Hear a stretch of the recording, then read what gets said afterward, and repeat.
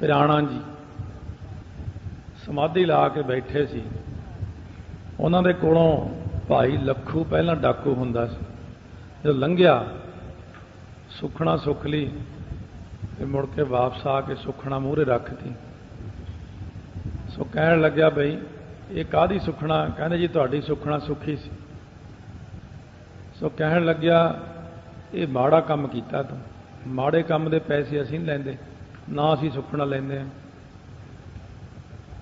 सो जदों इन्नी गल कही कहंदे फिर शराब भी दे देंगे। शराब देण लगे तां फिर चरनां ते डिग पिया। फिर वो मंदा बंदा सी, वो भी फिर मुखों सलाउण लग पिया भाई पिराणे नूं। भाई पिराणा जी कहण लगे जे तूं ये सारे काम छड्ड के 21 पाठ जपजी साहब दे रोज करेंगा तां तैनूं मैं बख्शांगा। कहना जी मैनूं पाठ आउंदा नहीं, कहने सिखा मैं देंगा। इस प्रकार मंदे बंदे भी चंगे पासे लग जाते हैं ते मंदे भी उस बंदे नूं सलाउंदे ने। साधु महात्मा तुरे जाण, किड्डा ही कोई माड़ा आदमी हो जरूर नमस्कार करता है। महात्मा जाते ने। सुनिया जोग जुगत तन भेद, नाम दे श्रवण करने करके जोग दी जुगती आ जाती है। शरीर दे सारे भेद पता लग जाते हैं। जोग जुड़न दी जुगती, तन शरीर दे भेद 72 करोड़ 72 अपने शरीर च काम करदी। जे नाड़ियां अपनियां शरीर दियां कल्ली कल्ली जोड़ के धरती दुआले घुमा दीए 4 चक्कर आ जाते हैं। इन्ना वड्डा शरीर दे अंदर जंजाल है। जिवें अजकल ऐसियां हुण मशीनां आ गईयां ने भी बंदे नूं विच खड़ा करके कल्ली कल्ली नाड़ी दिख जाती है कित्थे बीमारी है। महात्मा नूं सामने बंदा खड़ा होवे कहे जी पता ही नहीं लगता रोग की है। महात्मा सारे शरीर नूं देख, एक एक नाड़ी का पता हुंदा उन्हां नूं। कहणगे अच्छा दसदे नहीं हुंदे। कोई बंदा कहे मेरी बाबा जी छाती दर्द रहिंदा, डॉक्टर कहंदे तूं हुण बचना नहीं, कैंसर सी उहनूं। महात्मा कोल चलिया गया, कहंदे मैनूं ठीक करो। वो ठीक असीं की करना तैनूं, हरियां मिर्चां लिया इत्थों। हरियां मिर्चां दा एक बुक भर लियांदा उहने, कुंडे सोटे च पा के रगड़िया, रगड़ के महात्मा खा गए सारियां मिर्चां। कहने जा जा जाके अपना काम करया कर, कुछ नहीं हुंदा तैनूं, दौड़ जा। वो तुरे जांदे रस्ते च बंदे नूं उल्टी आ गई। जां उल्टी च देखदा कि वो हरियां मिर्चां उहदी उल्टी च आ गईयां सारियां। खादियां महात्मा ने, निकलियां उधर ने, इहदा कोई हिसाब नहीं है। चंगा भला हो गया बंदा, वो ठीक हो गया। सो इस करके महाराज कहते ने ये जिहड़े जोग दीयां जुगतियां ने, शरीर दे भेद ने, ये नाम दे श्रवण करके सुते ही अंदरों पर्दे खुलने शुरू हो जाते हैं। मूलाधार पड़दा, सो जो रीढ़ की हड्डी के बिल्कुल थल्ले जाके आउंदा, जोड़ दे विचकार, सो मूलाधार है। ये जिहड़ा मूलाधार पड़दा है, आम हिंदू मतां विच भी इहदा जिक्र आउंदा, वैसे अभ्यासियां नूं भी दिखण लग जांदे ने। इत्थे वैसे गणेश दा वासा उन्हां ने मन्निया, लाल रंग, 5 पत्रे ने इहदे। जदों अभ्यास करदे अभ्यासी तां उन्हां नूं पता लगदा इस गल दा। सो इस करके इहदा जिहड़ा रंग लाल है, सादा लाल रंग, इस तरह यह शरीर के अंदर जोग दियां जुगतियां करके तन दे भेद पता लगते हैं इंसान नूं कि अंदर मेरे की है। सो इस प्रकार इहदे उत्ते जिहड़ा सुधाराष्टान चक्कर आउंदा है काम कुंडे के उपरले पासे, उस चक्कर दे विच 6 पत्ते ने, 6 पत्रे हैं। सो उहदा जिहड़ा रंग है वो फिर आ करके पीला रंग है। उत्थे उन्होंने वासा मन्निया आके ब्रह्मा का, सृष्टि की उत्पत्ति का, ब्रह्मा का वासा, ये रंग, इन्ने चक्कर, ये सारिया चीज़ां। फिर धुनी दे विच वासा मन्निया आ करके इन्होंने विष्णु का, जिहड़ा विष्णु का वासा है, जिथे आ करके उन्होंने चक्कर आउंदे ने। पहला ये 5 पत्रे ने, फिर 6 ने, फिर 4, ये पत्रे हुंदे ने अंदरले पासे, दिखते नहीं हैं, ये गुप्त रूप दे विच। ते इत्थे आ करके जिहड़ा वासा मन्निया है, पहला लाल लाल आउंदा, फिर पीला, फिर नीला, धुन्नी दे विच नीला रंग दिखदा। ये सिर्फ जिहड़ा संग च कोई अभ्यासी बंदा बैठा हुंदा उहनूं ज्ञान हुंदा, आम बंदे नूं इन्हां चीज़ां दा ज्ञान नहीं हुंदा। जां जिहदी दिव्य दृष्टि खुलदी जदों, उदों ये रंग सामने आउंदे ने, लाल रंग, फिर पीला रंग, फिर नीला रंग। इन्हें आ करके 5 चक्कर, फिर 6 चक्कर, फिर 4 चक्कर, ये जिहड़े आउंदे ने पत्रे आउंदे ने, दल कहंदे ने, इन्हां नूं दल भी कहंदे ने। दल दा अर्थ ही पत्रे हुंदा। रंग आ गया, वासा किसदा है। उस तो बाद जिहड़ा है इहनूं मणिपूरक चक्कर कहंदे ने, जिहड़ा धुन्नी दे अंदर है। मणिपूरक तो बाद हिरदे च अनाहत चक्कर आउंदा है। सो हिरदे कमल दे विच शिवजी का वास मन्निया, पर महाराज कहने हिरदय कमल मह हर का वास। इत्थे वैसे हरि का वासा है। इत्थे 12 पत्रे ने, ਇਹਦਾ चिट्टा रंग है। ये चिट्टा रंग जदों अभ्यासी अभ्यास करते हैं, कदे खुलना शुरू हो जाए सारा चक्कर, तो फिर चिट्टा रंग इत्थे नजर आउंदा। इस तो बाद हिरदे तो बाद विशुद्ध चक्कर आउंदा, जिहड़ा कंठ दे विच अपने, ਇਹਦੇ 16 पत्रे ने। ਇਹਦਾ सावा रंग है, थोड़ा थोड़ा हरा जिहा रंग है ਇਹਦਾ। ਇੱਥੇ जीव ਦਾ वासा है। फिर इस तो बाद ਜਿਹੜਾ ਅੱਗੇ ਆਉਂਦਾ त्रिकुटी तो थले आग्या चक्कर, नक की जड़ ਦੇ ਵਿੱਚ, ਇਹਦਾ गूढ़ा लाल रंग है। गूढ़ा लाल रंग ਤੇ ਇੱਥੇ सिर्फ 2 ही पत्रे ने, ਤੇ ਇੱਥੇ गुरु ਦਾ वासा ਮੰਨਿਆ। ਇਉਂ ਇਹ 6 ਚੱਕਰ ਜਿਹੜੇ ਨੇ, पदम ते निर्वाण 2 चक्कर जोगियां ने होर भी मन्ने ने, पर उन्हां दी लोड़ जोगियां नूं ज़्यादा रहिंदी। तो गुरु नानक देव जी जोगियां नाल ही तां वार्तालाप कर रहे ने, सिद्धां नाल तां चर्चा हो रही है। इस करके उन्हां नूं दस्सण वास्ते कहंदे ने, जिन्नी तुहानूं देर लगदी आ ना, हज़ारां बरस लग जांदे ने इन्हां चक्रां नूं साधण वास्ते, पर नाम दे सुनने करके सुते सिद्धि ये चक्कर खुलने शुरू हो जाते हैं। जोग दियां जुगतियां, शरीर दे भेद अंदरों पता लगन लग जाते हैं, क्योंकि अपने च किसी ने कीता तां हुंदा नहीं। आम लोग जिहड़े ने बई मशीनी जे सिख हुंदे ने, बने बनाए सिख, अमर छक लिया, इधरों तो 2-4 किताबां पढ़ियां। देखो जी, ये सिख नूं ये चीज़ां नहीं कहणियां चाहिए। ये जोग अपना जोग मत नहीं है, पर यह गल है भी तुसीं हले चले ही कित्थे हो, जिहड़े 0 आंडे ते खड़े हो, तुसीं चले ही कित्थे हले, तुसीं तां काम कोई शुरू ही नहीं किया है। ये जिन्हां दे अंदर शुरू हो जाता उन्हां दे मैं नाल रहा होया, मैं सारियां चीज़ां खुद देखियां होईयां ने। जिहड़े 101 जपजी साहब का पाठ करते, 150-150 पाठ करते, जद उन्हां दे अंदरों ये कुंडलनी सुरजी सतसंगत खुलनी शुरू हुंदी आ ना, बड़ी आवाज़ आउंदी अंदरों पेट दे विचों। फिर मैनूं कहंदे आ मेरे जरा ढिड नूं कन्न ला के देखी। मैं कहा बड़ी गड़ गड़ दी आवाज़ आ रही अंदरों।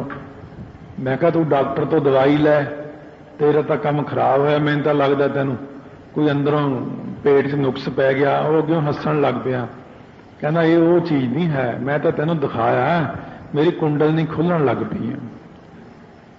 मैनूं हुण की उहदी कुंडल ने की हुंदी, हौली हौली करदियां करदियां जदों उहदी अवस्था इन्नी उच्ची चली गई, सारे चक्कर पार कर गया।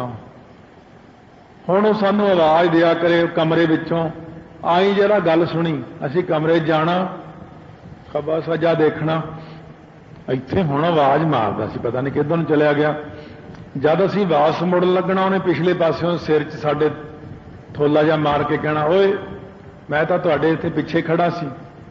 सानू किन्नी देर ना पता लग्या इहदी अवस्था किन्नी बन गई। महापुरुषां ने दस्सिया, कहंदे ये खड़ा खड़ा गुप्त हो जाता, अलोप ही हो जा करे खड़ा खड़ा। सो अही जी अवस्था के मालक बनते ने जदों सुनिया जोग जुगत तन भेद। और गुरसिख वास्ते ये मामूली गल्लां ने, ये चक्कर बिन्नणे जोगियां लई ये बहुत वड्डी गल है। ये सिमरन दे नाल सुते सिद्धि ये चक्कर बिन्ने जाते ने। किसे किसे नूं पटियाले च किरपा होई है जी, होई है जिन्हां ने काफ़ी पाठ कीते ने। ਉਹ ਜਦੋਂ ਆ ਕੇ ਪੁੱਛਣ ਆਉਂਦੇ ਨੇ ਤਾਂ ਪਤਾ ਚੱਲਦਾ ਵੀ ਇਹਦੇ ਤਾਂ ਹੁਣ ਹਿਰਦੇ 'ਚ ਜਾਪ ਆ ਗਿਆ, ਇਹਦੇ ਕੰਠ ਵਿੱਚ ਜਾਪ ਹੈ, ਇਹਦੇ ਹੁਣ ਹਿਰਦੇ 'ਚ ਜਾਪ, ਇਹਦੇ 'ਚ ਨਾਭੀ 'ਚ ਜਾਪ ਹੈ, ਰੋਮਾਂ ਰੋਮਾਂ ਦੇ 'ਚ ਜਾਪ ਹੈ। ਇਉਂ ਗੁਰੂ ਨਾਨਕ ਦੇਵ ਜੀ ਕਹਿੰਦੇ ਜੇ ਕੰਨਾਂ ਨਾਲ ਨਾਉ ਸੁਣੋ, ਨਾਏ ਸੁਣਿਆ ਨਾਉ ਊਪਜੈ। ਵਾਹਿਗੁਰੂ ਵਾਹਿਗੁਰੂ ਕੰਨਾਂ ਨਾਲ ਸੁਣੀ ਜਾਓ ਤੇ ਆਪਣੇ ਆਪ ਹੀ ਅੰਦਰੋਂ ਆਵਾਜ਼ ਆਉਣ ਲੱਗ ਜਾਣੀ। ਪਰ ਇੰਨਾ ਅਭਿਆਸ ਕੋਈ ਕਰਦਾ ਨਹੀਂ, ਤਾਂ ਧਿਆਨ ਜ਼ਿਆਦਾ ਮਾਇਆ ਵਿੱਚ ਹੈ, ਪਦਾਰਥਾਂ ਵਿੱਚ ਹੈ, ਖਾਣ ਪੀਣ ਵਿੱਚ ਹੈ, ਕੱਪੜਿਆਂ ਵਿੱਚ ਹੈ, ਗਹਿਣਿਆਂ ਵਿੱਚ ਧਿਆਨ ਹੈ, ਬੱਚਿਆਂ ਵਿੱਚ ਧਿਆਨ ਹੈ। ਹਜ਼ਾਰਾਂ ਪਾਸੇ ਧਿਆਨ ਖਿੰਡਿਆ ਹੋਣ ਕਰਕੇ ਪਰਮੇਸ਼ਰ 'ਚ ਧਿਆਨ ਆਪਣਾ ਜੁੜਦਾ ਨਹੀਂ। ਜੇ ਕਿਤੇ ਵਾਹਿਗੁਰੂ ਦੀ ਕਿਰਪਾ ਹੋ ਜਾਏ, ਮਹਾਰਾਜ ਦੀ ਮਿਹਰ ਹੋ ਜਾਏ, ਸਿਰ ਤੇ ਹੱਥ ਰੱਖ ਦੇਣ ਆਪਣਾ, ਤਾਂ ਸਾਰੇ ਕੁਝ ਕਰਦਿਆਂ ਹੋਇਆਂ ਵੀ ਗੁਰਪ੍ਰਸਾਦੀ ਜਿਨ੍ਹਾਂ ਲਿਵ ਲਾਗੀ ਤਿੰਨੀ ਵਿੱਚੇ ਮਾਇਆ ਪਾਇਆ, ਉਹ ਇੱਥੇ ਰਹਿ ਕੇ ਵੀ ਪ੍ਰਾਪਤ ਕਰ ਲੈਂਦੇ ਨੇ ਪਰਮੇਸ਼ਰ ਨੂੰ। ਸੁਣਿਆ ਸਾਸਤ ਸਿਮਰਤ ਵੇਦ, ਨਾਮ ਦੇ ਸ਼ਰਵਣ ਕਰਨੇ ਕਰਕੇ ਸ਼ਾਸਤਰ ਸਿਮਰਤੀਆਂ ਵੇਦ ਰਚੇ ਹਨ। 6 ਸ਼ਾਸਤਰ 27 ਸਿਮਰਤੀਆਂ, 4 ਵੇਦ। ਸ਼ਾਸਤਰ ਤੇ ਸਿਮਰਤੀਆਂ ਵਿਆਸ ਨੇ ਰਚੇ ਨੇ, ਜੇ ਹੋਰ ਮੁਨੀਆਂ ਨੇ ਰਚੇ ਨੇ। ਕਪਲ ਮੁਨੀ ਹੋਇਆ, 6 ਸ਼ਾਸਤਰ ਜਿਹੜੇ ਨੇ ਵੱਖੋ ਵੱਖਰੇ ਰਿਸ਼ੀਆਂ ਦੇ ਰਚੇ ਹੋਏ ਨੇ। 27 ਸਿਮਰਤੀਆਂ ਨੇ। ਇਹਨਾਂ ਨੇ ਵੀ ਤਾਂ ਪਹਿਲਾਂ ਨਾਮ ਨੂੰ ਸੁਣਿਆ। ਵੇਦ, ਵੇਦ ਦੀਆਂ ਰੀਚਾਂ 4 ਪਹਿਲਾਂ ਅਕਾਲ ਪੁਰਖ ਨੇ ਬ੍ਰਹਮਾ ਨੂੰ ਆਕਾਸ਼ਬਾਣੀ ਰਾਹੀਂ 4 ਲਾਈਨਾਂ ਦਿੱਤੀਆਂ, ਸਿਰਫ 4 ਮਹਾਵਾਕ।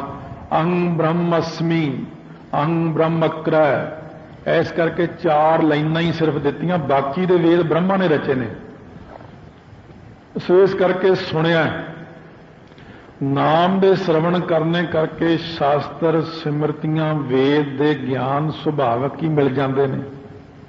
ਜਦ ਪਹਿਲਾਂ ਵੀ ਆਪਾਂ ਸੁਣਿਆ, ਜਦ ਤੀਜੇ ਪਾਤਸ਼ਾਹ ਨੇ ਚੌਥੇ ਪਾਤਸ਼ਾਹ ਨੂੰ ਭੇਜਿਆ ਸੀ, ਲਾਹੌਰ ਮੁਕੱਦਮਾ ਕਰਤਾ ਸੀ ਬਈ ਮਹਾਰਾਜ ਦੀ ਕੀ ਲੋੜ ਹੈ, ਬਾਣੀ ਦੀ ਕੀ ਲੋੜ ਹੈ, ਬੌਲੀ ਸਾਹਿਬ ਦੀ ਕੀ ਲੋੜ ਹੈ। ਉਦੋਂ ਤੀਜੇ ਪਾਤਸ਼ਾਹ ਨੇ ਕਿਹਾ ਸੀ ਮੂਲ ਮੰਤਰ ਦੇ 5 ਪਾਠ ਕਰਕੇ ਖੱਬੇ ਪਾਸੇ ਦੇਖਿਓ, ਸ਼ਾਸਤਰ ਸਿਮਰਤੀਆਂ ਵੇਦ ਪੁਰਾਣ ਸਭ ਤੁਹਾਡੇ ਕੋਲ ਖੜੇ ਹੋਣਗੇ ਆ ਕੇ।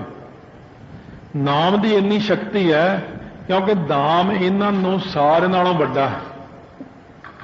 ਸੋ ਤਾਈਓ ਸਤਿਗੁਰੂ ਮਹਾਰਾਜ ਕਹਿੰਦੇ ਸਿਮਰਤ ਵੇਦ ਪੁਰਾਣ ਪੁਕਾਰਨ ਪੋਥੀਆਂ, ਨਾਮ ਬਿਨਾ ਸਭ ਕੂੜ ਗਾਲੀ ਹੋਛੀਆਂ। ਬਹੁ ਸ਼ਾਸਤਰ ਬਹੁ ਸਿਮਰਤੀ ਪੇਖੇ ਸਭ ਢੰਡੋਲ, ਪੂਜਸ ਨਾਹੀ ਹਰ ਹਰੇ ਨਾਨਕ ਨਾਮ ਅਮੋਲ। ਸੁਣਿਆ, ਇਹ ਪਾਠ ਯਾਦ ਰੱਖਿਓ, ਸੁਣਿਆ, ਸੁਣੀਏ ਨਹੀਂ ਬੋਲਣਾ ਇਹਨੂੰ, ਬਿਹਾਰੀ ਤੇ ਸਿਹਾਰੀ ਦਾ ਧਿਆਨ। ਸੁਣਿਆ ਸ਼ਾਸਤ ਸਿਮਰਤ ਵੇਦ। ਜੇ ਗਿਆਨ ਪ੍ਰਾਪਤ ਕਰਨਾ ਸ਼ਾਸਤਰਾਂ ਦਾ, ਸਿਮਰਤੀਆਂ ਦਾ, ਵੇਦਾਂ ਦਾ, ਤਾਂ ਮਹਾਰਾਜ ਕਹਿੰਦੇ ਉਹ ਨਾਮ ਸਰਵਣ ਕਰਨ ਨਾਲ ਹੀ ਆ ਜਾਂਦਾ। ਨਾਨਕ ਭਗਤਾਂ ਸਦਾ ਵਿਗਾਸ। ਭਗਤਾਂ ਨੂੰ ਤਾਂ ਸਦਾ ਹੀ ਖੇੜਾ ਬਣਿਆ ਰਹਿੰਦਾ ਹਿਰਦੇ 'ਚ, ਕਿਉਂਕਿ ਨਾਮ ਦਾ ਵਾਸਾ ਹੋ ਗਿਆ। ਹਿਰਦਾ ਹਰ ਹਰ ਹਰ ਤੁਹਾਨੂੰ ਉਪਜੀ। ਸੁਣਿਆ ਦੁਖ ਪਾਪ ਕਾ ਨਾਸ। ਨਾਮ ਦੇ ਸੁਣਨ ਕਰਕੇ ਹੌਲੀ ਹੌਲੀ ਦੁੱਖ ਅਤੇ ਪਾਪ ਆਪਣੇ ਆਪ ਹੀ ਨਾਸ ਹੋ ਜਾਂਦੇ ਨੇ। ਜੇ ਰੋਜ਼ ਬੰਦਾ ਨਾਮ ਸ਼ਰਵਣ ਕਰੇ, ਕਿਉਂ ਜਦੋਂ ਸਾਰੇ ਪਾਸਿਓਂ ਆਸ ਟੁੱਟ ਜਾਂਦੀ ਹੈ। ਪਹਿਲਾਂ ਤਾਂ ਆਪਣੀ ਆਸ ਕਈ ਥਾਈਂ ਹੁੰਦੀ ਹੈ, ਜਿਵੇਂ ਕੈਂਸਰ ਸੀ, ਬਹੁਤ ਤਕੜਾ ਮਰੀਜ਼, ਲੜਕੀ ਸੀ ਕੋਈ ਅਮਰੀਕਾ ਦੇ ਵਿੱਚ, ਪਰ ਡਾਕਟਰਾਂ ਨੇ ਕਿਹਾ ਵੀ ਹੁਣ ਸਾਡੇ ਵੱਲੋਂ ਤਾਂ ਜਵਾਬ ਹੈ, ਹੁਣ ਅਸੀਂ ਕੁਝ ਨਹੀਂ ਕਰ ਸਕਦੇ। ਉਹਦੇ ਮਾਂ-ਬਾਪ ਬਹੁਤ ਰੋਣ, ਬੱਚੀ ਵੀ ਰੋਵੇ। ਡਾਕਟਰ ਅੰਗਰੇਜ਼ ਸੀ। ਕਹਿਣ ਲੱਗੇ ਇੱਕ ਗੱਲ ਦੱਸਾਂ, ਤੁਸੀਂ ਪੰਜਾਬ ਦੇ ਰਹਿਣ ਵਾਲੇ ਹੋ। ਮੈਂ ਬਹੁਤ ਪਹਿਲਾਂ ਸ੍ਰੀ ਹਰਿਮੰਦਰ ਸਾਹਿਬ ਗਿਆ ਸੀ, ਮੈਂ ਉੱਥੇ ਇਸ਼ਨਾਨ ਵੀ ਕਰਕੇ ਆਇਆ। ਮੇਰਾ ਰੋਗ ਗੁਰੂ ਰਾਮਦਾਸ ਜੀ ਨੇ ਕੱਟਿਆ ਸੀ। ਮੈਨੂੰ ਉੱਥੇ ਯਕੀਨ ਹੈ, ਤੁਸੀਂ ਬੱਚੀ ਨੂੰ ਉੱਥੇ ਲੈ ਜਾਓ, 6 ਮਹੀਨੇ ਲਗਾਤਾਰ ਇਹਨੂੰ ਸਿਮਰਨ ਕਰਾਈ। ਵੈਸੇ ਇਹਦੀ ਉਮਰ ਤਾਂ 3 ਮਹੀਨੇ ਹੈ, ਜੇ ਉਹਨਾਂ ਨੇ ਕਿਰਪਾ ਕੀਤੀ ਹੋ ਸਕਦਾ ਉਹ ਮਿਹਰ ਕਰ ਦੇਣ। ਰੋਜ਼ ਇਸ਼ਨਾਨ 2 ਟਾਈਮ ਤੇ ਵਾਹਿਗੁਰੂ ਮੰਤਰ ਦਾ ਅਭਿਆਸ ਕਰਾਓ। ਜਦ ਉਹਦੇ ਮਾਂ-ਬਾਪ ਨੇ ਇੱਥੇ ਆ ਕੇ ਕਮਰਾ ਲੈ ਕੇ ਰਹਿਣ ਲੱਗ ਪਏ, ਸਿਮਰਨ ਕਰਾਉਣ ਲੱਗ ਪਏ, ਇਸ਼ਨਾਨ ਕਰਾਉਣ ਲੱਗ ਪਏ, 6 ਮਹੀਨਿਆਂ ਵਿੱਚ ਉਹ ਬੱਚੀ 9/9 ਹੋ ਗਈ। ਬਿਲਕੁਲ ਕੋਈ ਰੋਗ ਉਹਦੇ ਅੰਦਰ ਰਿਹਾ ਹੀ ਨਹੀਂ, ਕਿਉਂਕਿ ਉਹਨੇ ਸਾਰੇ ਪਾਸੇ ਛੱਡ ਕੇ ਇੱਕ ਗੱਲ ਕਹੀ ਸੀ, ਸਗਲ ਦੁਆਰ ਕਉ ਛਾੜ ਕੇ ਗਹੋ ਤੁਹਾਰੋ ਦੁਆਰ, बाह गहे राज अस गोबिंद दास। ਹੁਣ ਮਹਾਰਾਜ ਫਾਇਦਾ ਉਦੋਂ ਕਰਦੇ ਨੇ ਜਦੋਂ ਸਾਰੇ ਪਾਸਿਓਂ ਆਸ ਤੋੜ ਕੇ ਇੱਕਾ ਆਸ ਕਮਾਏ। ਇੱਕੋ ਗੁਰੂ ਗ੍ਰੰਥ ਸਾਹਿਬ ਦੀ ਆਸ, ਗੁਰੂ ਰਾਮਦਾਸ ਦੀ ਆਸ ਲਾ ਕੇ ਜਦੋਂ ਬੈਠ ਗਏ ਵੀ ਤੁਸੀਂ ਠੀਕ ਕਰਨਾ ਮਹਾਰਾਜ, ਤਾਂ ਮਹਾਰਾਜ ਉਸ ਵਕਤ ਫਿਰ ਕਿਰਪਾ ਕਰਦੇ ਨੇ। ਐਸਾ ਹੈ ਗੁਰੂ ਨਾਨਕ ਪਾਤਸ਼ਾਹ ਦਾ ਉਪਦੇਸ਼। ਹਾਲੇ ਤਾਂ ਕੁਛ ਵੀ ਨਹੀਂ ਹੈ, ਸਧਾਰਨ ਜੀ ਬੁੱਧੀ ਚੋਂ ਆਪਾਂ ਸਧਾਰਨ ਜਿਹਾ ਉਪਦੇਸ਼ ਸੁਣਿਆ। ਪਰ ਜੇ ਆਪ ਗੁਰੂ ਨਾਨਕ ਦੇਵ ਜੀ ਕਿਰਪਾ ਕਰਨ, ਇਸ ਪੌੜੀ ਦੇ ਅਰਥ ਕਰਨ, ਤਾਈਓ ਸੋਝੀ ਪੈ ਸਕਦੀ ਹੈ। ਮਹਾਰਾਜ ਕਹਿੰਦੇ ਆਪ ਆਪਣੀ ਬੁੱਧ ਹੈ ਜੇਤੀ, ਬਰਨਦ ਪੈਨ ਪੈਨ ਤੁਹ ਤੇਤੀ, ਤੁਮਰਾ ਲਖਾ ਨਾ ਜਾਏ ਪਸਾਰਾ, ਕਿਹ ਬਿਦ ਸਜਾ ਪ੍ਰਥਮ ਸੰਸਾਰਾ। ਤੇਰੀ ਬਾਣੀ ਦਾ ਕੋਈ ਅੰਤ ਨਹੀਂ, ਅਗਾਧ ਬੋਧ ਬਾਣੀ ਹੈ, ਜਿਵੇਂ ਅਸਮਾਨ ਦਾ ਕੋਈ ਅੰਤ ਨਹੀਂ, ਸਮੁੰਦਰ ਦਾ ਕੋਈ ਅੰਤ ਨਹੀਂ। ਇਸੇ ਪ੍ਰਕਾਰ ਗੁਰਬਾਣੀ ਦਾ ਕੋਈ ਅੰਤ ਹੈ ਹੀ ਨਹੀਂ ਨਾ। ਇਹ ਤਾਂ ਮਾੜਾ ਮੋਟਾ ਸਿੱਖ ਕੇ ਅੱਗੇ ਸੁਣਾ ਦੇਣਾ ਕੋਈ ਜ਼ਿਆਦਾ ਵੱਡੀ ਗੱਲ ਨਹੀਂ ਹੁੰਦੀ। ਗੱਲ ਤੇ ਜਦੋਂ ਆਪਣੀ ਆਪ ਅਵਸਥਾ ਬਣੇ ਉਹ ਸਾਰਿਆਂ ਨਾਲੋਂ ਵੱਡੀ ਚੀਜ਼ ਹੁੰਦੀ ਹੈ। ਤਾਂ ਤੁਸੀਂ ਸਾਧ ਸੰਗਤ ਆਪਣੀ ਅਵਸਥਾ ਬਣਾਉਣੀ ਹੈ, ਕੋਸ਼ਿਸ਼ ਕਰੋ। ਵਾਹਿਗੁਰੂ ਤੋਂ ਟਾਈਮ ਮੰਗੋ। ਮਹਾਰਾਜ ਇਹਨਾਂ ਜੰਜਾਲਾਂ ਚੋਂ ਕੱਢ ਕੇ ਸਾਨੂੰ ਵੀ ਸਿਮਰਨ ਦੀ ਦਾਤ ਬਖਸ਼ੋ। 12-12 ਘੰਟੇ ਦਾ ਸਿਮਰਨ ਮੰਗੋ, 24-24 ਘੰਟੇ ਵਾਹਿਗੁਰੂ ਤੋਂ ਮੰਗੋ, 24 ਘੰਟੇ ਹੀ ਤੇਰਾ ਨਾਮ ਜਪੀ ਜਾਈਏ। ਜਿੰਨਾ ਮੰਗ ਲਓਗੇ ਮਹਾਰਾਜ ਓਨਾ ਹੀ ਦੇਣਗੇ। ਮਹਾਰਾਜ ਕਹਿੰਦੇ ਗੁਰ ਸੇਵਾ ਤੇ ਨਾਮੇ ਲਾਗਾ। ਜੇ ਗੁਰੂ ਦੀ ਸੇਵਾ ਕਰੋਗੇ ਤਾਂ ਨਾਮ ਦੇ ਨਾਲ ਜੁੜ ਜਾਓਗੇ। ਸੋ ਸਤਿਗੁਰੂ ਮਹਾਰਾਜ ਕਹਿੰਦੇ ਇਸ ਕਰਕੇ ਸੇਵਾ ਕਰੋ, ਸੋ ਫਿਰ ਸਿਮਰਨ ਵੀ ਕਰੋ। ਸਿਮਰਨ ਵੀ ਉਹਦੀ ਸੇਵਾ ਹੈ। ਸੰਤ ਕੀ ਸੇਵਾ, ਗੁਰ ਕੀ ਸੇਵਾ, ਨਾਮ ਧਿਆਈ ਹੈ। ਨਾਮ ਧਿਆਉਣਾ ਹੀ ਵੱਡੀ ਸੇਵਾ ਹੈ। ਵਾਹਿਗੁਰੂ ਵਾਹਿਗੁਰੂ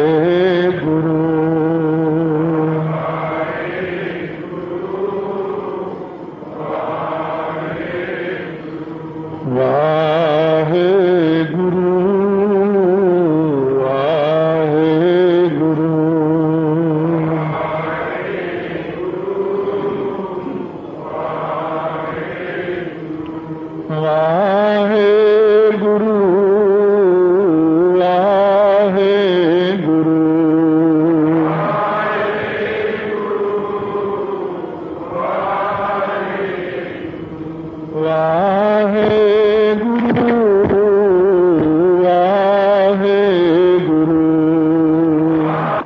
ਯੋਗ ਦੀਆਂ ਜੁਗਤੀਆਂ ਵਿੱਚ ਇੱਕ ਚੀਜ਼ ਇਹ ਵੀ ਦੇਖਣ ਵਿੱਚ ਆਉਂਦੀ ਹੈ ਕਿ ਧਾਰਨਾ, ਧਿਆਨ ਜਿਹੜਾ ਹੈ, ਧਿਆਨ ਕਰਦੇ ਨੇ ਜੋਗੀ ਲੋਕ, ਜਿਹੜਾ ਕਿ ਨਾਮ ਦੇ ਨਾਲ ਹੀ ਬਣ ਜਾਂਦਾ ਆਪਣਾ ਧਿਆਨ। ਕਿਸ ਤਰ੍ਹਾਂ ਦਾ ਧਿਆਨ? ਉਹਨਾਂ ਦੀ ਇੱਕ ਧਾਰਨਾ ਹੁੰਦੀ ਹੈ। ਉਹ ਕਈ ਸਾਲ ਖੜੇ ਹੋ ਕੇ ਇੱਕ ਤਪੱਸਿਆ ਕਰਦੇ ਨੇ, ਆਪਣੇ ਗੋਡਿਆਂ ਤੱਕ ਧਰਤੀ ਦਾ ਧਿਆਨ ਕਰਕੇ ਉਹ ਤਪੱਸਿਆ ਕਰਦੇ ਨੇ। ਧਰਤੀ ਦਾ ਧਿਆਨ, ਲੱਕ ਤੱਕ ਫਿਰ ਧਿਆਨ ਕਰਦੇ ਨੇ ਪਾਣੀ ਦਾ, ਫਿਰ ਖੜ ਜਾਂਦੇ ਨੇ ਸਮਾਧੀ ਲਾ ਕੇ ਜਾਂ ਬੈਠ ਜਾਂਦੇ ਨੇ, ਧਿਆਨ ਕਰਕੇ ਬੈਠਦੇ ਨੇ। ਨਾਭੀ ਆਪਣੀ ਧੁੰਨੀ ਤੱਕ ਉਹ ਧਿਆਨ ਕਰਦੇ ਨੇ ਅਗਨੀ ਦਾ। ਫਿਰ ਇਸ ਤਰ੍ਹਾਂ ਕਈ ਸਾਲ ਲਾ ਦਿੰਦੇ ਨੇ, ਸਿੱਧੀ ਕਰਦੇ ਨੇ ਇਹਦੀ। ਫਿਰ ਗਲ ਤੱਕ ਪਾਉਣ ਦਾ ਧਿਆਨ ਕਰਦੇ ਨੇ, ਫਿਰ ਬੈਠੇ ਰਹਿੰਦੇ ਨੇ। ਫਿਰ ਬੈਠਦੇ ਨੇ ਦਸਮ ਦੁਆਰ ਦੇ ਵਿੱਚ ਧਿਆਨ ਲਾ ਕੇ ਆਕਾਸ਼ ਦਾ। 5 ਤੱਤਾਂ ਦੀ ਧਾਰਨਾ ਦੀ ਸਮਾਧੀ ਲੱਗਦੀ ਹੈ ਵੱਖਰੀ ਵੱਖਰੀ। ਇਹ ਕਈ ਸਾਲਾਂ 'ਚ ਸਿਰੇ ਲੱਗਦੀ ਗੱਲ। 2-2 3-3 ਸਾਲ ਲਾ ਕੇ ਉਹ ਧਿਆਨ ਕਰਦੇ ਨੇ। ਹੁਣ ਉਹਨੇ 5 ਤੱਤਾਂ ਦੀ ਸਾਧਨਾ ਕੀਤੀ ਜਿਹੜੀ, ਜੇ ਉਹ ਬੰਦੇ ਨੂੰ ਧਰਤੀ ਵਿੱਚ ਦੱਬ ਦਈਏ ਤਾਂ ਦੱਬਿਆ ਨਹੀਂ ਜਾਂਦਾ, ਕਿਉਂਕਿ ਉਹਨੇ ਧਰਤੀ ਦੀ ਸਾਧਨਾ ਕੀਤੀ ਹੋਈ ਹੈ। ਜੇ ਉਹਨੂੰ ਪਾਣੀ 'ਚ ਡੁਬੋਈਏ ਉਹ ਡੁੱਬਦਾ ਨਹੀਂ, ਕਿਉਂਕਿ ਉਹਨੇ ਲੱਕ ਤੱਕ ਪਾਣੀ ਦਾ ਧਿਆਨ ਕਰਕੇ ਸਾਧਨਾ ਕੀਤੀ। ਜੇ ਉਹਨੂੰ ਅੱਗ ਵਿੱਚ ਸੁੱਟ ਦਈਏ ਉਹ ਸੜਦਾ ਨਹੀਂ, ਕਿਉਂਕਿ ਨਾਭੀ ਤੱਕ ਅੱਗ ਦਾ ਧਿਆਨ ਕੀਤਾ ਹੋਇਆ। ਪਾਉਣ ਦੇ ਵਿੱਚ ਉੱਡਦਾ ਨਹੀਂ, ਪਾਉਣ ਉਤੇ ਅਸਰ ਨਹੀਂ ਪਾਉਂਦੀ, ਕਿਉਂਕਿ ਗਲ ਤੱਕ ਪਾਉਣ ਦਾ ਧਿਆਨ ਕੀਤਾ। ਆਕਾਸ਼ ਦੇ ਵਿੱਚ ਉੱਡਣ ਲੱਗ ਜਾਂਦਾ, ਕਿਉਂਕਿ ਉਹਨੇ ਆਕਾਸ਼ ਦਾ ਧਿਆਨ ਕੀਤਾ। ਇਹਨੂੰ ਕਹਿੰਦੇ ਨੇ ਯੋਗ ਜੁਗਤ। ये योग की एक जुगती है।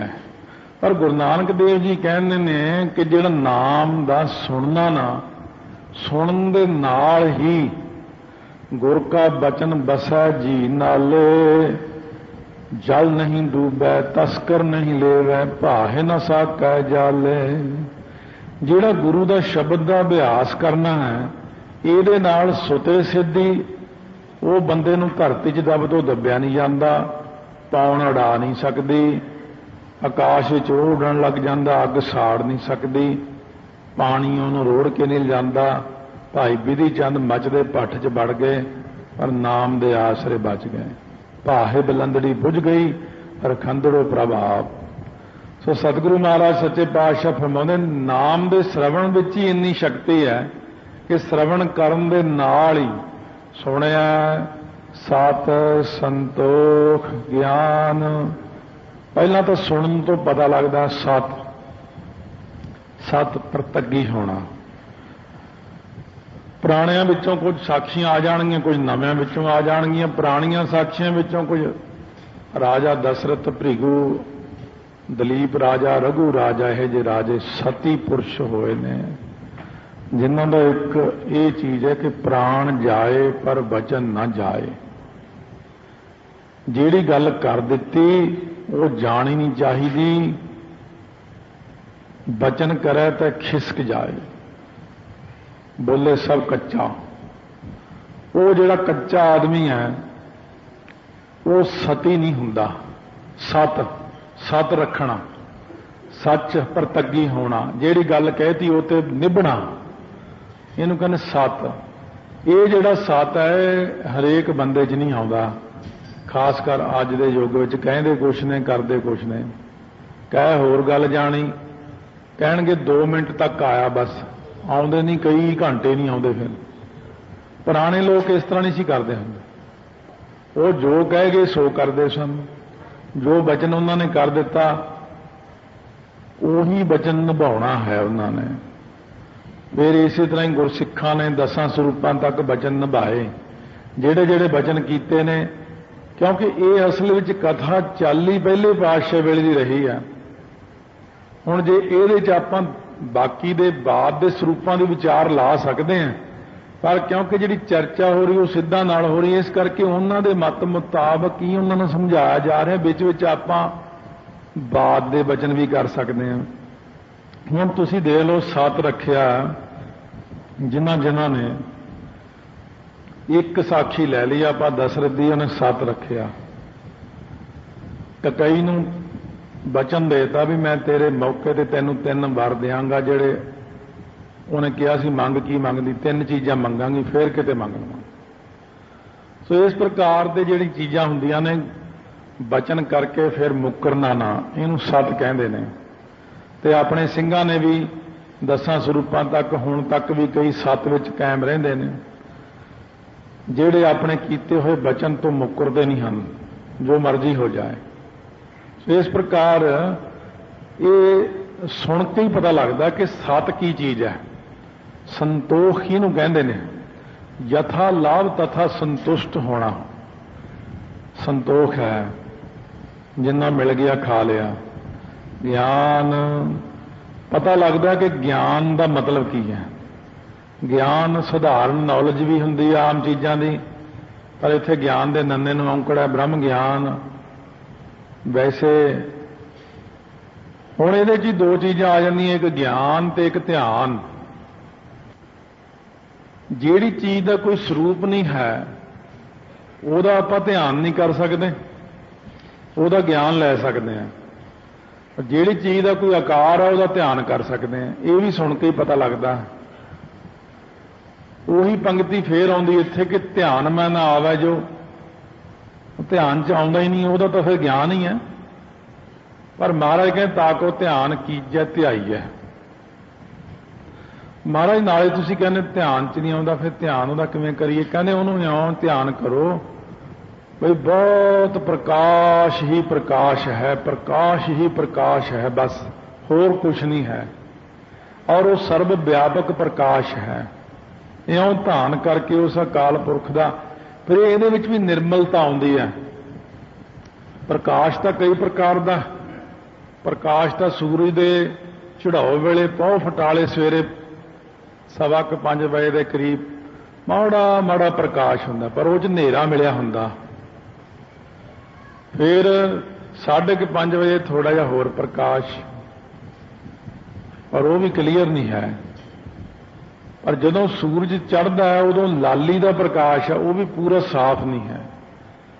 ਪੂਰਾ ਸਾਫ਼ ਪ੍ਰਕਾਸ਼ ਤਾਂ ਇਸ ਵਕਤ ਹੈ ਜਿਹਦੇ ਵਿੱਚ ਪਾਰਦਰਸ਼ਕ ਹੈ, ਸਾਰਾ ਕੁਝ ਨਜ਼ਰ ਆਉਂਦਾ। ਬ੍ਰਹਮ ਗਿਆਨ ਵਿੱਚ ਪਾਰਦਰਸ਼ਕ ਪ੍ਰਕਾਸ਼ ਹੁੰਦਾ। ਇੱਕ